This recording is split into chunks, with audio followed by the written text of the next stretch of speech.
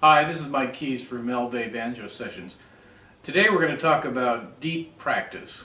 Now, deep practice is a technique of practice that's been used in almost every performance art, in sports and music, even in academics and studying.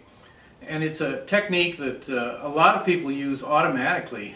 In fact, you'll see a lot of people in the music business, especially the folk music business, where they've discovered this technique of deep practice and they found to be very effective and used it all their lives. And when you talk to people who are at the top of the game in any kind of music, especially music that's not classically trained music, you'll find they have a lot of the same traits, and those traits are such things as obsessive desire to know all there is to know about the music, perfectionism, and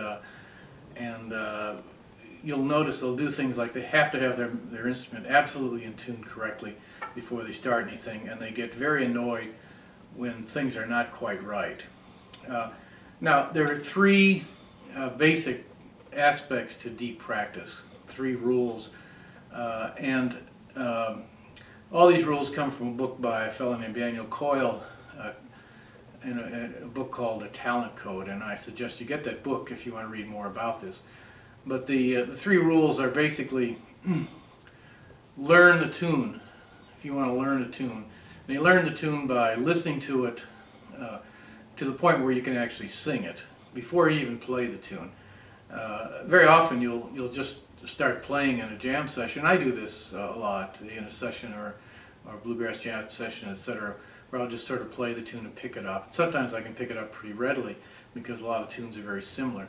But you want to know the tune and know it to the point where you can actually sing it.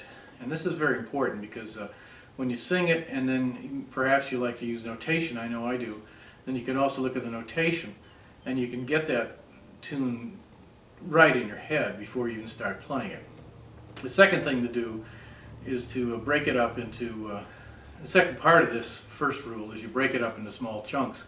And this is something that if you've gone to any of the many fine workshops that are here in the United States, the Irish musicians especially teach you how to play a tune this way by learning it in small chunks.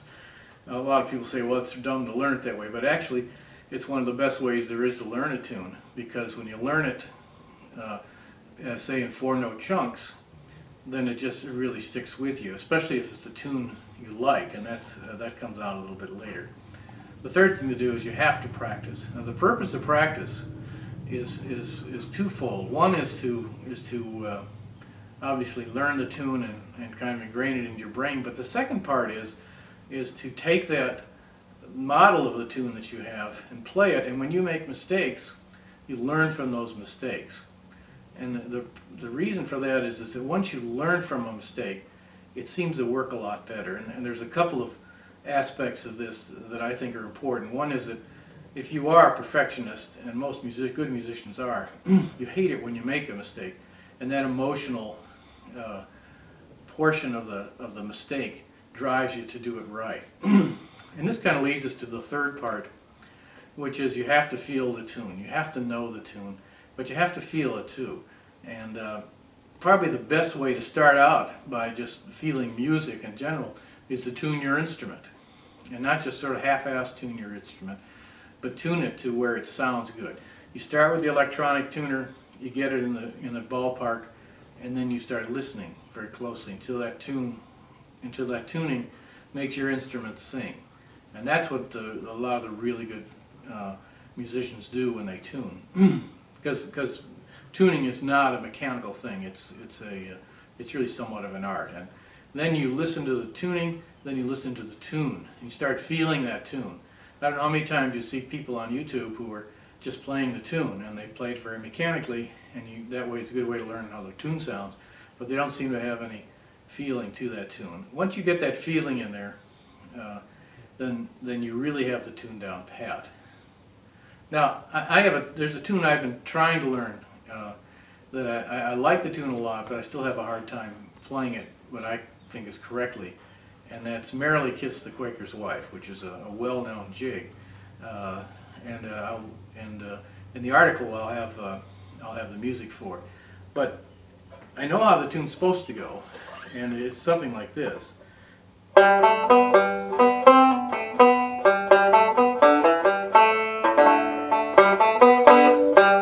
there's a mistake right there.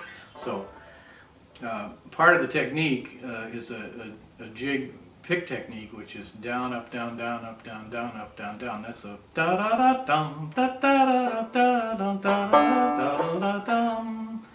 And this is where the first part of this deep practice comes in.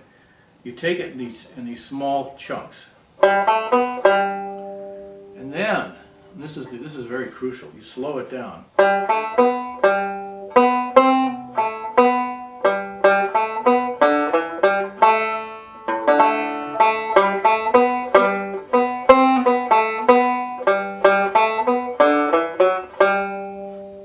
In fact, the slower you can get it, the more precise you'll become. Because precision is very important, perfectionism is very important in getting music right.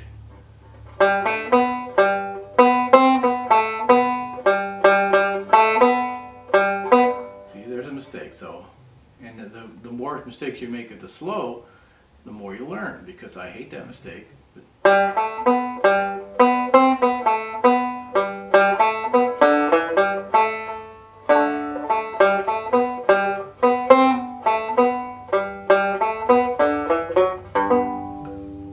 Things you'll find is that when you start playing slowly like this, you'll sort of get into a zen-like mode with the tune, and the more you enjoy it, that's the feeling part, that third rule. But the slow part, the more it gets into your system, and the more you develop your brain in the various ways of connecting all these neural packets in order to get it to work. There's my dog signaling me that time is up. This is Mike Keys for Banjo Sessions. Thank you.